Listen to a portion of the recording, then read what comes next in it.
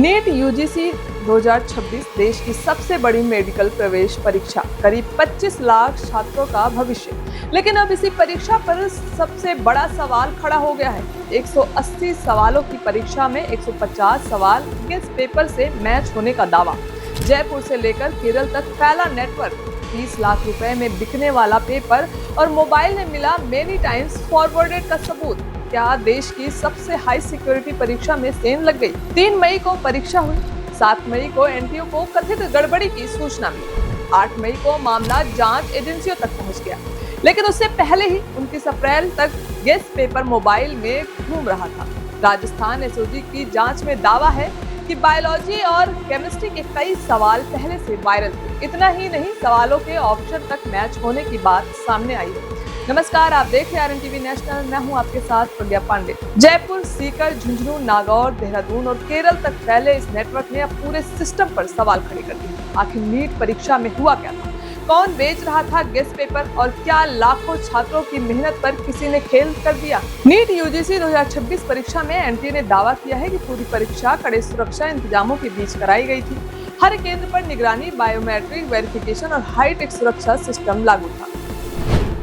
GPS tracking वाहनों से प्रश्न पत्र की डिलीवरी, एआई आधारित CCTV monitoring, biometric verification, 5G jammer, unique watermark प्रश्न पत्र। एनटीए के अनुसार पूरी परीक्षा प्रक्रिया सुरक्षित और नियंत्रित थी। लेकिन परीक्षा के 4 दिन बाद यानी 7 मई को गड़बड़ी की सूचना सामने आई। इसके बाद 8 मई को मामला जांच एजेंसियों को भेजा गया। जांच में दावा किया गया कि प्रश्न पत्र जयपुर के प्रिंटिंग प्रेस में छपा था। वहीं बायोलॉजी और केमिस्ट्री के कई सवाल गेस्ट पेपर में पहले से मौजूद थे। यह गेस्ट पेपर 29 अप्रैल तक एक काउंसलर के मोबाइल में पाया गया। सबसे चौंकाने वाली बात यह है कि यह गेस्ट पेपर सिर्फ एक जगह तक सीमित नहीं रहा। इसके सबूत जयपुर, सीकर, झुंझुनू, नागौर, देहरादून और केरल तक फैलने की पुष्टि कर रहे हैं। यह गेस्ट पेपर शुरुआती दौर में 30 लाख रुपए तक में बेचा गया और परीक्षा के करीब आते आते यह 30 हजार रुपए में भी उपलब्ध हो गया।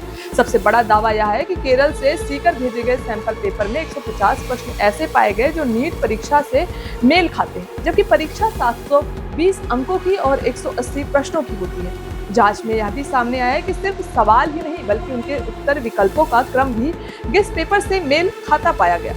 मोबाइल डेटा में मेनी टाइम्स फॉरवर्डेड का संकेत मिला, जिससे साफ है कि यह फाइल बड़े स्तर पर कई लोगों तक पहुंची। एनटीए ने कहा है कि 7 मई को सूचना मिलने के बाद 8 मई को मामला जांच एजेंसियों को सौंप दिया गया। एजेंसी ने स्पष्ट किया है कि जांच पूरी होने से पहले कोई निष्कर्ष नहीं निकाला जाएगा और सभी रिपोर्ट पारदर्शी तरीके से सार्वजनिक किए जाएंगे।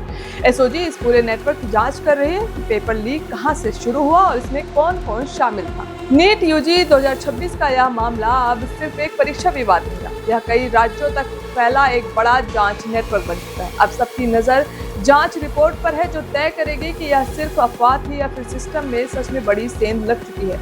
आपकी क्या राय है? कमेंट करके जरूर बताएं। फिलहाल के लिए इतना ही। खबरों के अपडेट्स के लिए जुड़े रहें आरएन टीवी नेशनल के साथ।